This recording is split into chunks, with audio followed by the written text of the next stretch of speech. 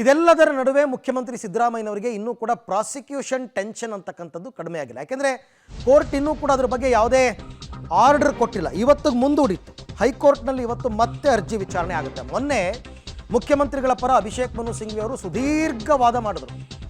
ಇನ್ನೂ ಕೂಡ ಈಗ ತುಷಾರ್ ಮೆಹ್ತಾ ಅವರು ಅಂದರೆ ರಾಜ್ಯಪಾಲರ ಆದೇಶದ ಪರವಾಗಿ ಮಾತನಾಡಬೇಕು, ದೂರುದಾರರ ಪರ ವಕೀಲರು ಮಾತಾಡಬೇಕು. ಮೊನ್ನೆ ಟೈಮ್ ಸಾಕಾಗಿರಲಿಲ್ಲ, ಹಾಗಾಗಿ ಇವತ್ತಿಗೆ ಮುಂದೂಡಿತ್ತು.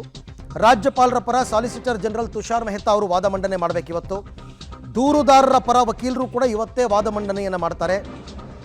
ಸಿಎಂ ಪರ ವಾದ ಮಂಡಿಸಿದ್ರು ಹಿರಿಯ ವಕೀಲರಾದ ಅಭಿಷೇಕ್ ಮನು ಸಿಂಘ್ವಿ ಅವರು. ಸೊ ಇಂದು ಬಹುತೇಕ ಎಲ್ಲರ ವಾದ ಪ್ರತಿವಾದ ಮುಕ್ತಾಯವಾಗಬಹುದು. ಇವತ್ತೇ ಕೋರ್ಟಿಂದ ಒಂದು ತೀರ್ಪು ಬಂದರೂ ಬರಬಹುದು, ಅಥವಾ ಅವರು ಜಡ್ಜ್ಮೆಂಟನ್ನು ರಿಸರ್ವ್ ಮಾಡಿ ಇಡಬಹುದು. ಮುಂದಿನ ಆದೇಶವನ್ನು ಮುಂದಿನ ದಿನಗಳಲ್ಲಿ ನಾವು ಹೇಳ್ತೀವಿ ಅಂತ ಕಾಯ್ದಿರಿಸಲಾಗಿದೆ ಅಂತ. ಸೊ ಇವತ್ತು ಅವಕಾಶ ಕೊಟ್ಟರೆ ಕಂಪ್ಲೀಟಾಗಿ, ಇವತ್ತು ಶನಿವಾರ ಬೇರೆ, ಹಾಗಾಗಿ ಕಂಪ್ಲೀಟ್ ಅವಕಾಶ ಸಿಕ್ಕಿದ್ರೆ ಒಂದು ಕಡೆ ತುಷಾರ್ ಮೆಹ್ತಾ ಅವರು ವಾದ ಮಂಡನೆ ಮಾಡಬೇಕು ರಾಜ್ಯಪಾಲರ ಪರವಾಗಿ, ಮತ್ತು ದೂರುದಾರರು 3 ಜನ ಇದ್ದಾರೆ. 3 ಜನದಲ್ಲಿ TJ ಅಬ್ರಹಂ, ಅದಾದ ನಂತರ ಸ್ನೇಹಜೀವಿ ಕೃಷ್ಣ ಮತ್ತು ದಿಲೀಪ್ ಕುಮಾರ್, 3 ಜನನು, ಪ್ರದೀಪ್ ಕುಮಾರ್, 3 ಜನರ ಪರ ವಕೀಲರು ವಾದ ಮಾಡಬೇಕಾಗುತ್ತೆ.